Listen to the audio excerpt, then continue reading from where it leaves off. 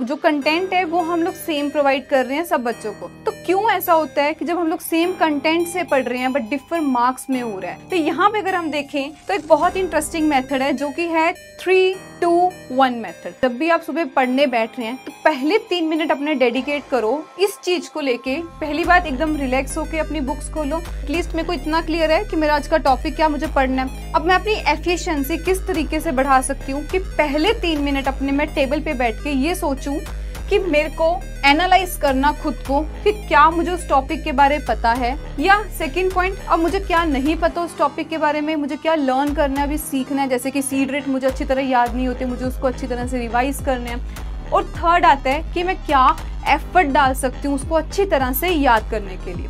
तो पहला आता है कि पहले 3 मिनट एक ब्रॉडर एस्पेक्ट लेके ये सोचिए कि टॉपिक क्या है, मेरे को कितना आता है, मैं अलग से एफर्ट्स क्या डाल सकती हूँ। अगले 2 मिनट आप ये सोचिए अब अपने एग्जाम मटेरियल, मुझे क्लियर हो गया कि टॉपिक क्या है, क्या मुझे अभी एफर्ट्स और डालने हैं, मुझे सीड रेट अच्छी तरह से याद करना है। अगले 2 मिनट ये सोचिए कि कौन सा मैं एग्जाम मटेरियल जो है वो यूज कर सकती हूँ। तो उन सबको इकट्ठा करना, ताकि अब जब मेरी एफिशिएंसी है वो और बढ़े, कि जब मैं सिर्फ पढ़ने बैठ रही हूँ तब मेरा जो है टॉपिक सीड रेट है वो मुझे क्लियर करना है। लास्ट का जो 1 मिनट है, अब अपने बनाइए स्ट्रेटेजी।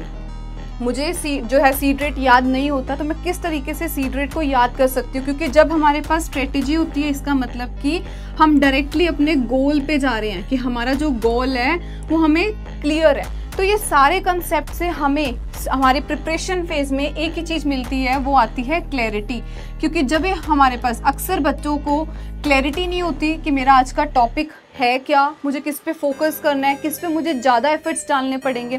तो इस स्ट्रेटेजी से आपकी एक हेल्प हो जाएगी कि पहले 3 मिनट आप ब्रॉडर व्यू में सोचेंगे, देन आप उसको और कंस्ट्रिक्ट और कम करके सोचेंगे कि मुझे स्टडी मटेरियल क्या यूज़ करना है, और अगले 1 मिनट में आप अपनी स्ट्रेटेजी बनाएंगे। इसका मतलब आप अपने गोल के और नज़दीक जा रहे हैं कि मेरे को उस गोल को अचीव कैसे करना है, उसकी रणनीति आप लोग बना रहे हैं। जैसे कि वीडियो सुन सकते हैं, उसके बाद वीडियोस आप अपने जो नोट्स हैं वो बनाएं, ताकि जब पेपर आपके बिल्कुल नज़दीक हो उस टाइम आप सिर्फ शॉर्ट नोट्स जो हैं उस पर फोकस करें, ताकि जो है आपको एंड पे ज़्यादा टाइम ना देना पड़े।